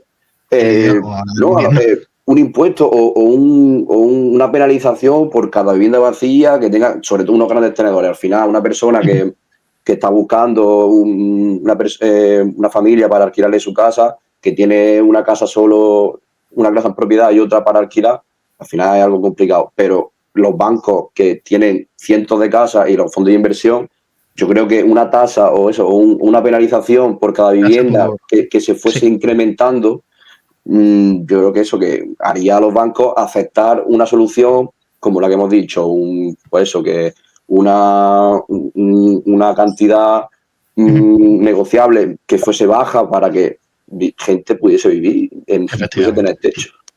Pues con esto nos vamos a medio ir, damos por cerrada la tertulia, pero hay una pregunta trampa que no digo que la sabes, Cristian, porque ya ha venido a la diana, pero te la voy a volver a hacer, ¿vale? La pregunta trampa es que os voy a pedir que me mandéis deberes, literalmente, que nos deis un tema que dice, mira, amor, tienes que hablar de esto en la diana en algún momento y todo oídos. No sé si alguien tiene ya alguna idea. Bueno, a mí me interesa mucho en torno a Andalucía las zonas de sacrificio, los grandes megaproyectos mineros, los megaproyectos eólicos, todo esto que hace como que revienta el territorio, las poblaciones y que se vende como para... No reportan económicamente nada al territorio, sino que está totalmente expropiado para ser... Para llevarse a Europa y tal. Eso me interesa muchísimo y creo que es un tema que en los próximos años va a estar. Y la industria armamentística en Andalucía. Esas son mis dos cosas que creo que el foco va a estar aquí ahora y dentro y muchos años seguramente. Pues muy buenas propuestas. Cristian, ¿tienes algo? Yo, de hecho, mira, no sé cómo lo hemos hecho, pero coincido completamente con Aurora porque precisamente iba a ser ese tema, el hecho de la legislación como tal de esos megaproyectos como tal, ¿no? Que de alguna forma están precisamente también atentando a lo que sería el tema de la economía rural, la economía local y demás, ¿no? Y que precisamente el dinero, como siempre, ¿no? Va fuera de Andalucía, incluso fuera de España. Entonces, yo creo que eso sería interesante. Qué casualidad que habéis coincidido. Creo que la última vez no me dijiste nada, no me acuerdo si me dijiste algo la última vez. Sí, te dije el tema de turistificación y otra cosita, no recuerdo exactamente cuál era, pero te prometo, de verdad que... Hubo una persona que me esquivó, no me acuerdo cuándo, pero una persona me esquivó la pregunta. No, yo no fui. Tú no fuiste. Carlos, lánzame deberes. ¿De qué tenemos que hablar? Yo creo que también deberíamos hablar también del tema de la industria alimentaria en Andalucía, la agricultura, nuestro campo, o sea, basta ya de los grandes latifundios, de siempre la misma familia, y al final estamos bajo el yugo de las grandes distribuidoras de alimentos, las grandes empresas, que al final están pagando por debajo del precio de producción nuestros productos y hace que los agricultores estén en una situación, pues vamos, malísima. Y yo creo que eso, tenemos que hacer de esa industria, pues vamos, una de las más importantes, porque así lo es realmente.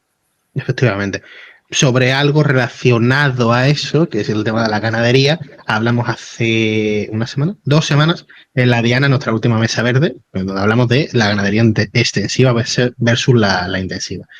Nos vamos ya por la tertulia. Nosotros seguimos en el programa con una entrevista a Luis Rodrigo, que es portavoz en Málaga de Adelante Andalucía, una entrevista también muy interesante. Os dejo con él, pero antes, Carlos, Cristian, Aurora, muchísimas gracias por venir a la Diana. Muchas gracias por invitarme. Gracias. Igualmente, vale. Y espero que nos volvamos a ver. Lógicamente por tenerlo por aquí y conocerlo, que no os conocía personalmente. Por supuesto. Y espero que nos vamos a ver a lo largo de la temporada. Muchas gracias y seguimos con el programa. Chao. Chao.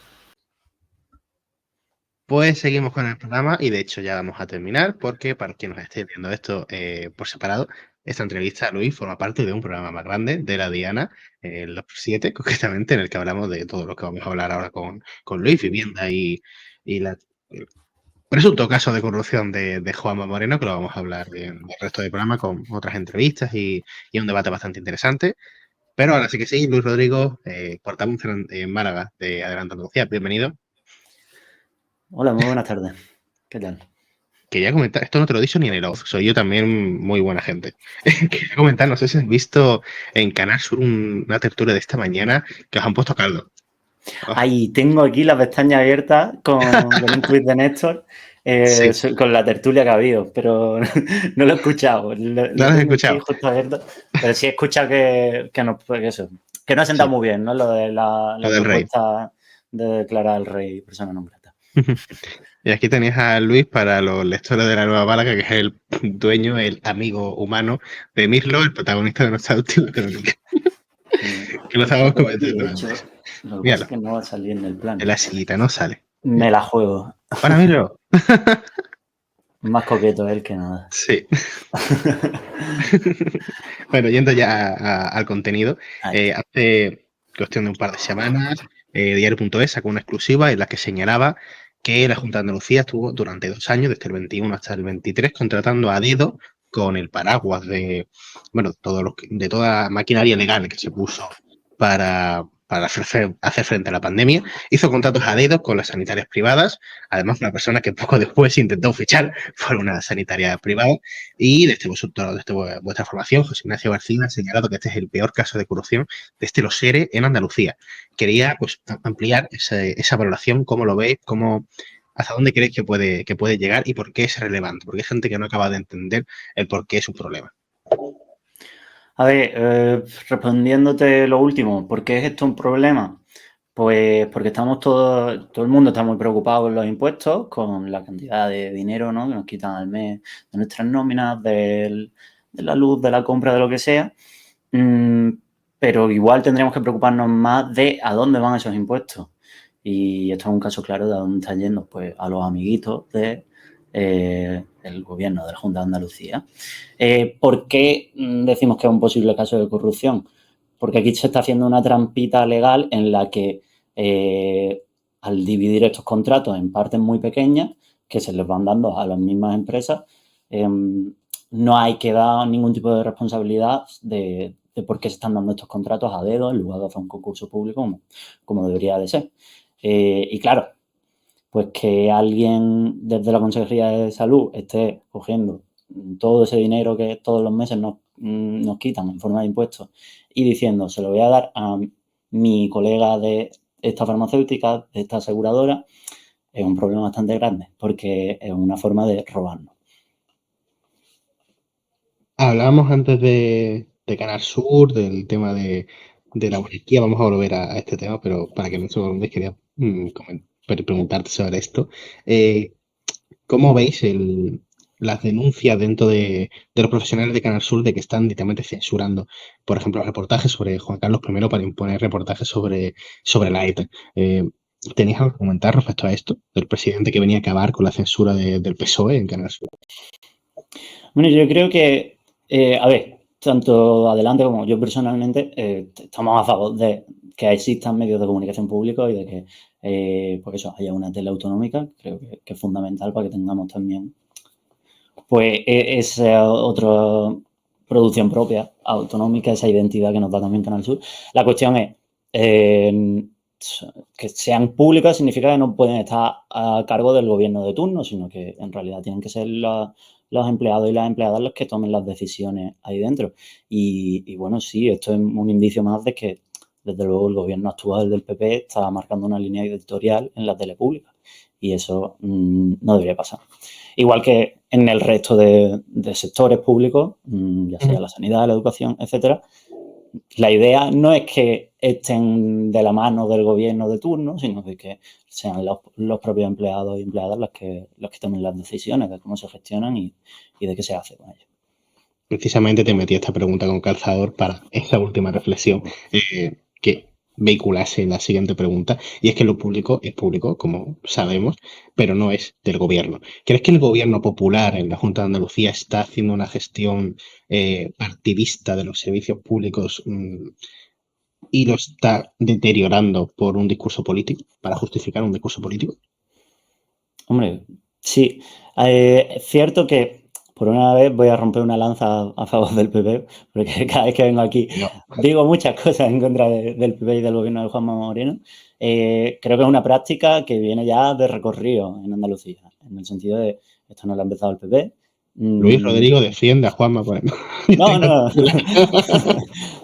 No voy a decir que sea bueno, sino que es igual de malo que sus antecesores, que Susana Díaz, que en los 40 años del PSOE, que ya han seguido esa trayectoria. El PSOE ya fraccionaba contratos, el PSOE ya privatizó segmentos de nuestra sanidad.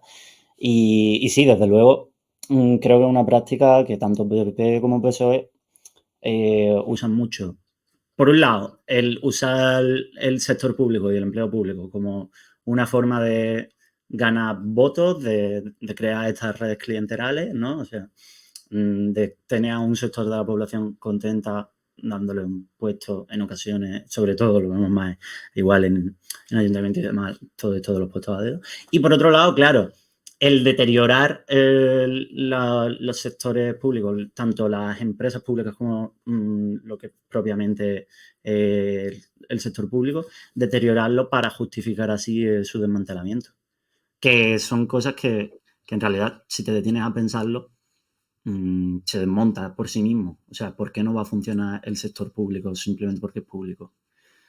Porque la sanidad pública no funciona porque es pública y está en pérdida, pero nadie está planteando, por ejemplo, una policía privada, porque la policía también es una cosa pública. Bueno, desocupa que lo defienden con las orejas, es una policía privada. No, y por favor, que no lleguemos ya a ese nivel del discurso de defender una policía privada, ¿no? Claro, Pero ojalá.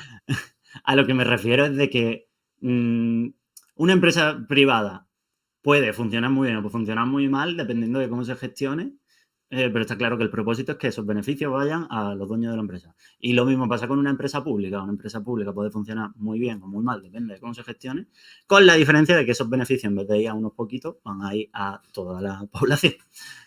Entonces, recogiendo hilo, sí, creo que está habiendo un desmantelamiento a propósito del sector público. Y es que esa es la diferencia. Lo público es público, es nuestro. Los jefes de la sanidad pública somos, en teoría, nosotros. Son los políticos porque son nuestros representantes, pero si hubiésemos escogido otro tipo de sistema político, seríamos nosotros. O sea, la sanidad pública es nuestra, mientras que la sanidad privada es de un señor, seguramente, que tiene mucho dinero y literalmente está comerciando con nuestra vida, señoras y señores. Y un apunte a eso, porque es que también se escuda mucho en el hecho de, no, pero si llevamos subiendo el presupuesto de sanidad años. Pero claro, subirlo no significa mejorar el sistema sanitario, porque estamos viendo, sí, lo subes, pero si te gastas 458 millones de euros en contratos a dedo, no estás mejorando la calidad, simplemente están aumentando el gasto. Tenemos que hablar en la diana de la concertada. Tenemos que hablar del engaño que supone. Sobre todo este tema de presunto caso de corrupción del presidente andaluz, ¿crees que habrá algún tipo de manifestación? ¿O sabes si va a haber algún tipo de manifestación? Bueno, no estaba planeado directamente con esto de este presunto caso de corrupción, pero sí que es cierto que en el próximo mes va a haber una convocatoria de marea blanca a nivel nacional. Bueno, para que se me entienda, a nivel de toda Andalucía. La fecha ahora mismo la he estado buscando 5 minutos antes de esto, pero no la he podido encontrar. pero echarse al loro que eso, que de aquí a un mes habrá una convocatoria y esperemos que vaya mucha gente. Ya un poco, tristemente, como está pasando cada año, que hay por lo menos 2 manifestaciones de marea blanca a las que va mucha gente. Si bien, de momento, las instituciones no terminan de hacer caso, sí que es bueno que la gente siga saliendo ahí y que, sobre todo, la gente que está manteniendo estos espacios de marea blanca vivos vea que tiene un respaldo social y vea que merece la pena seguir luchando por nuestros servicios públicos. Entonces, eso, que os animo a que estéis pendientes de esta manifestación y salgáis. Y desde la diana hacemos amplio esa invitación y luego repescamos el tema de manifestaciones masivas a las que las instituciones no hacen ni puto caso, ¿vale? Luego lo recuperamos. Quería preguntarte si crees que este presunto caso de corrupción podría llegar a tambalear a Juanma Moreno de Esperanza Gómez, que será en este mismo programa, el programa completo, que es representante de Por Andalucía en el Parlamento, asegura que ve a Moreno bastante despistado e inseguro con todo este proceso. No son los 2 adjetivos que ella utilizó, pero no lo ve pisando sobre seguro. ¿Crees que puede llegar a provocar un adelanto electoral pese a la mayoría absoluta, que es lo que ella llega a señalar? A ver, es cierto que igual es un poco pronto para saber las repercusiones que va a tener esto, en el sentido de si se va a quedar en una historia de este mes y consiguen enterrarlo mediáticamente o va a tener más continuidad. Desde luego, desde adelante, el análisis que hacemos es de que esto es bastante grave y si fuera por nosotras, esto tendría unas consecuencias bastante importantes para el gobierno de Juanma Moreno. Sobre todo, A ver, si se demuestra que realmente lo que estos indicios de que se han gastado casi 500 millones de euros en contratos fraudulentos, pues qué menos que la dimisión de todo el gobierno andaluz. Es que... Yo quiero decir una cosa. Sí. Pero si quieres, dilo, porque yo No, dimisión y prisión, diría, vamos. directamente. Yo quiero manifestar una cosa y es que estamos ante una de las ovejas negras de Adelante Andalucía. Efectivamente, porque es uno de los poquitos que no es profe, ¿vale? Es el partido plagado de profesores. De momento, Luis es el único que no es profesor. Y precisamente, seguramente por esto, eso es un partido que le dais mucha importancia a la calidad de la educación pública y, bueno, yo recibo obviamente las notas de prensa de vuestro partido y es rara la semana en la que José Ignacio nos baja a un cole y nos enseña la situación de ese cole. Eh, ¿Cómo definirías la situación de la educación pública en Andalucía? Y como sé que me vas a decir que mala, ¿cómo crees que se puede solucionar? Bueno, sí, has dado en el clavo, ¿no? La situación es de deterioro. O sea, vemos cómo sigue siendo insuficiente la oferta de plazas que se abren, que no es que falte gente con ganas de ser profesor o profesora en Andalucía, sino que más bien faltan las oportunidades de serlo. También hay un frente abierto ahí bastante importante con el tema de las PTIs. De hecho, hace poco, por llevármelo aquí a la provincia, había una polémica en Sierra Yeguas por la falta de este tipo de personal en el municipio, que parece que, gracias a Dios, con la lucha de... Bueno, gracias a Dios no, gracias a la lucha de las vecinas se ha conseguido solventar esto, pero al Las final es un vecinas problema. existen. Al final es un problema no solo de Sierra Yegua, sino de toda Andalucía. Y hay una cosa a lo mejor que no pensamos tanto cuando hablamos del sistema educativo, bueno, desde adelante sí le damos la atención que se le merece, pero es el tema de la universidad también, lo que está pasando. El hecho de que la universidad privada esté en avance mientras la pública está teniendo serias complicaciones, pues también nos preocupa bastante porque con la cuestión de que cada vez el coste de la vida está más caro, tanto por vivienda como por cesta de la compra, y que avanza la universidad privada, pues también es preocupante ver cómo se puede volver a esa dinámica del pasado de el rico estudia, el pobre a trabajar. Entonces, sí. ¿Cómo se arregla esto? La respuesta es clara, ¿no? Pues si no hay plaza, aumentando las plazas. Si no hay equipamiento en las aulas, aumentando la inversión en equipamiento. En esto yo creo que sí es una cuestión de el gasto bien gestionado, desde luego, aumenta la calidad. Entonces, pues yo creo que un poco por ahí los temas. Tenemos un sistema educativo más o menos sólido que lo que necesita es más recursos. Pues me habrás visto que estaba un poquito despistado en tu última intervención y porque estaba buscando una información de las que quería preguntarte. Ya que vienes a la Diana esta semana, quería preguntarte por esto. Y es que vuestro compañero Alejandro Gutiérrez, de Adelante Andalucía en Cádiz, si no me equivoco, está sometiendo ahora mismo a un juicio porque su empresa no le deja volver a trabajar tras su paso por la política o por su presencia en Adelante Andalucía. Y esto, no quiero pisar el argumentario del partido, pero me parece que es bastante de consenso. Lo que pone de relevancia es que la política se ha destinado en este país a una élite privilegiada. Este es el segundo paso de no, es que Alberto Rodríguez no puede estar con esas pintas en el Congreso de los Diputados. Es un paso más, además, bastante más gordo. Y es que si eres trabajador, no puedes ir a la política y mucho menos puedes ir a la política sabiendo que no vas a volver con un maletín de dinero porque no podrás ir a tu trabajo. Aquí hay mucho más en juego que el caso concreto de Alejandro Gutiérrez, es un precedente y de eso quería que hablaras, qué relevancia tiene el caso de Alberto Gutiérrez para toda la ciudadanía el hecho de que no pueda volver a su trabajo después de pasar por política. Bueno, a ver, ¿por dónde empezar? Un par de noticias. Es de este compañero, es del puerto de Santa María y fue concejal. Y claro, él ha trabajado durante toda su vida como croupier en el casino de allí, del puerto. Se pidió una excedencia para ser concejal, pero bueno, por principios de adelante nosotras al final no somos políticos profesionales, somos políticos de paso. Por eso firmamos un compromiso ético limitando el tiempo que vamos a estar en cargos institucionales y limitando cuánto vamos a cobrar de la política, ¿no? ¿Qué es lo que pasa? Pues que Alejandro termina este servicio público como concejal y, claro, él tenía una excedencia en su puesto de trabajo y a la hora de volver se encuentra que lo han despedido. Ahora mismo él lo que está peleando, pues eso, es por poder reincorporarse a su puesto de trabajo. Al final se extiende un poco la misma dinámica que le puede pasar a lo mejor a compañeras sindicalistas, como tenemos también el caso reciente de las 5 del SAT de Granada, que en este país, en este Estado español en su conjunto, pues no se premia demasiado que la gente normal se implique en política. De ahí, ¿qué es lo que podemos sacar? Pues yo creo que lo primero es que, por lo menos a nivel social, que le tenemos que dar visibilidad a estos casos.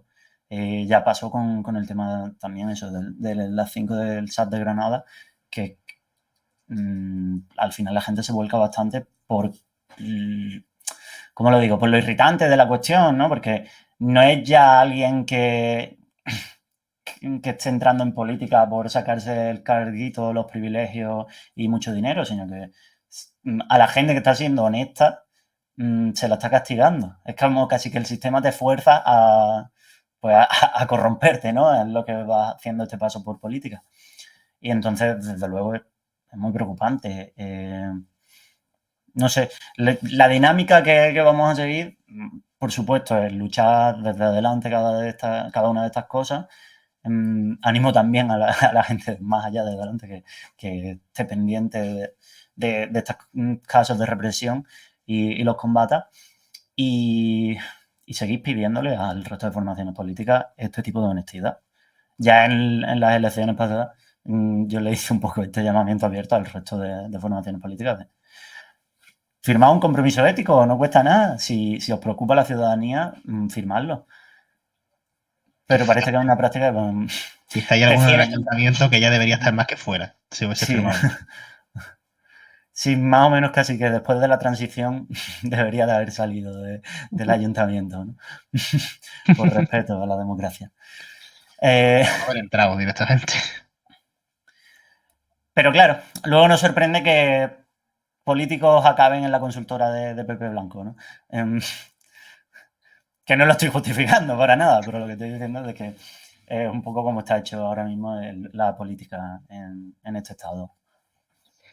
Repescando el tema de manifestaciones masivas a las que las instituciones no hacen ni puto caso, el pasado domingo, sí, a la altura de la que se hace este programa, sigue siendo el pasado domingo, la semana pasada justo, Madrid fue ocupada por un segundo desfile. Este no tenía sangre azul entre los asistentes, ni tenía cabra, pero era quizás mucho más relevante que el otro, y seguro que no marcó un 39% de share su cobertura, como sí que hizo el desfile del día anterior. Y es que un grupo de manifestantes patriotas y constitucionalistas salieron a pedir que se cumpla el artículo 47 y que España, los españoles, podamos disfrutar de vivienda digna, que se cumpla el principio de igualdad entre los españoles, ese que se rompe cuando los catalanes dicen que quieren dinero, ¿sabes? Precisamente se manifiestan, sustituyeron lo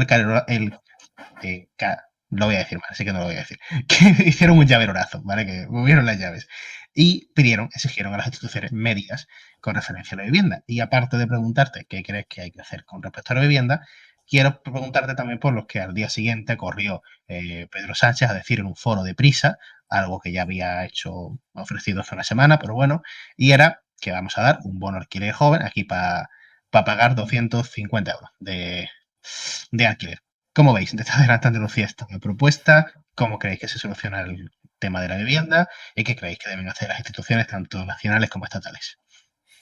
Bueno, lo primero, muy bien lo del bono alquiler joven, si va a funcionar como la última, que todavía veo gente en el grupo de Telegram de la gente que lo pidió en Andalucía diciendo, bueno, pues aquí a la espera de que me llegue, no sé yo a quién le van a arreglar la vida con esos 250 euros.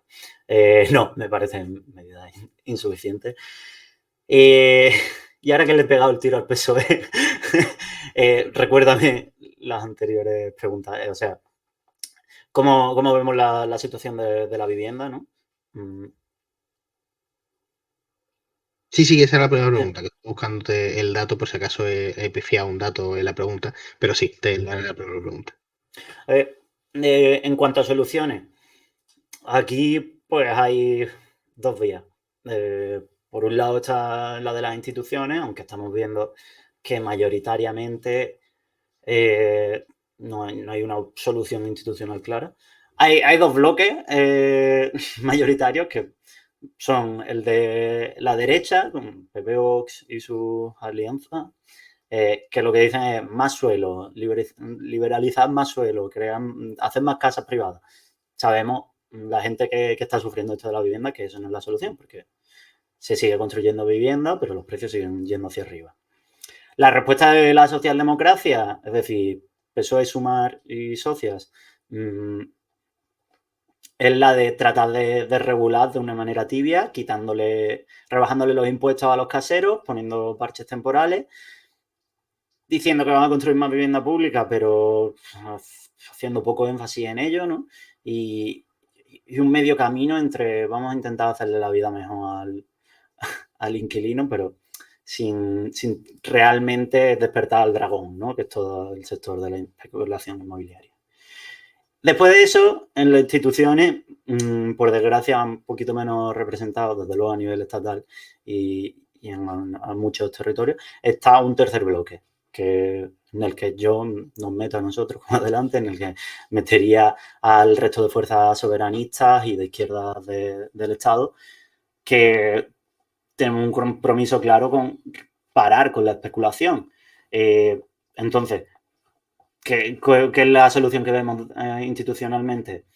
Detener toda la compraventa especulativa, acabar extinguir las licencias de pisos turísticos en ciudades masificadas como pueden ser Málaga, prohibirlo directamente, en sitios menos masificados hacer el análisis de si hay que prohibirlo o simplemente detenerlo, y ponerle el foco a la vivienda pública, porque es que realmente el problema de base, en realidad, por mucho que tratemos de regular el sector privado, el problema que hay es porque existe un sector privado. Ya lo he dicho antes. Cuando algo es privado, va al beneficio del dueño de la cosa. Entonces, hay que acabar con la descompensación que hay de vivienda pública contra vivienda privada, porque ese es el problema principal que hay. Si hubiera un parque de vivienda pública mayor, no tendríamos todos estos problemas.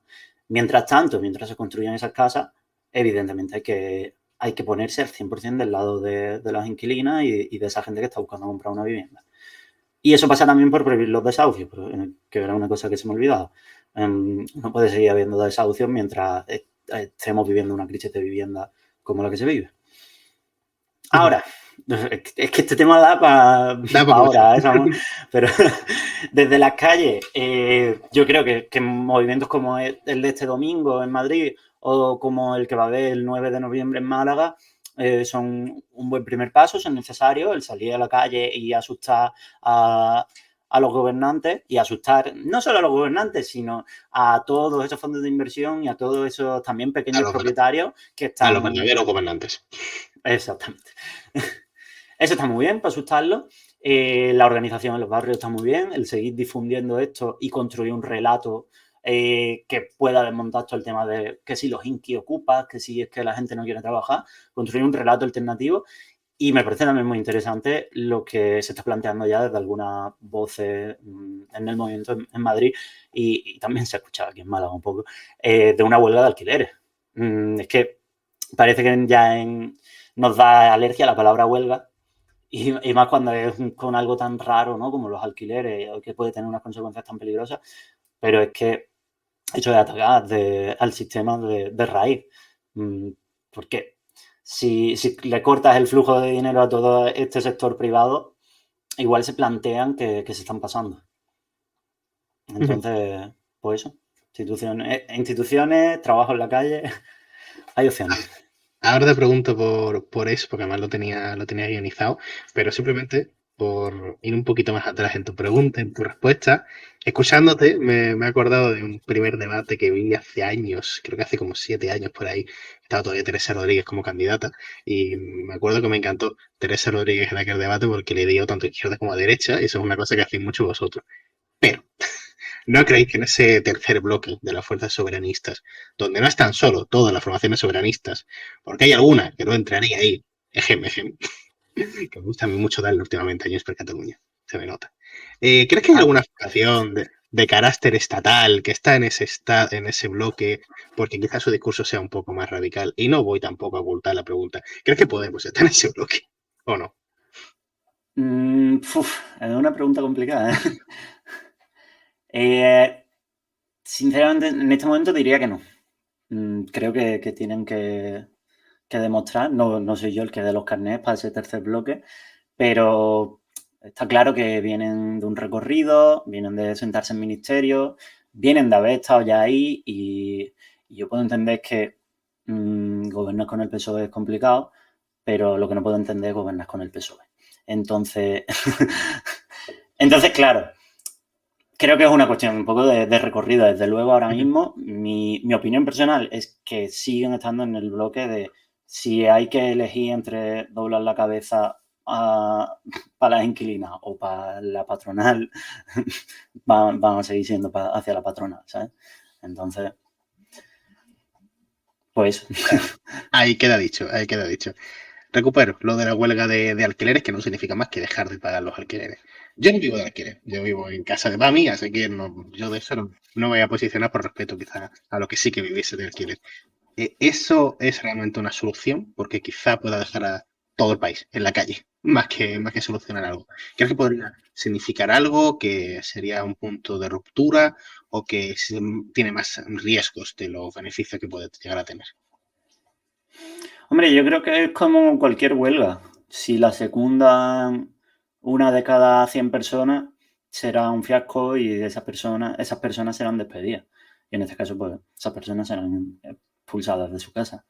Si en este caso tenemos a un 30% de las personas que estén en alquiler secundando esta huelga, que no te estoy diciendo ni siquiera que es más de la mitad, ¿eh? Un 30%, yo veo bastante inviable que haya unas repercusiones reales contra la gente. Porque como hay una letra de Los Chicos del Maíz, no me la toméis al literal, ¿vale? Pero para que se entienda. Decía algo así como quemar un coche es un acto vandálico, quemar 1000 coches es un acto político plausible, ¿vale? Con esto no hago apología de la violencia, lo que Luis quiero Rodrigo decir... defiende a Juanma Moreno y pide quemar 1000 coches. Claro. Con esto lo que quiero decir es de que cuando un montón de gente se organiza contra lo que consideramos la ley, igual es que la ley no está protegiendo a la gente a la que debería de proteger. Pues Y, efectivamente, nos sí. quedaríamos ahí. ¿Quieres comentar algo más? Porque te veo que quieres comentar algo más. No, luego un apunte sobre esto solo es que es verdad que nuestras leyes actuales pues sí recogen el derecho a la huelga de trabajo, pero no recogen el derecho a la huelga de consumo, en este caso pues, con los alquileres. Entonces sí que se vuelve más complicado. Pero date cuenta de que es que en este mundo contemporáneo cada vez se estila más la huelga de consumo que la de trabajo, por cómo se ha ido transformando el modelo productivo, ¿no? Pero... Lo hicieron los españolitos de bandera con los productos catalanes, pues nosotros lo podemos hacer con la vivienda.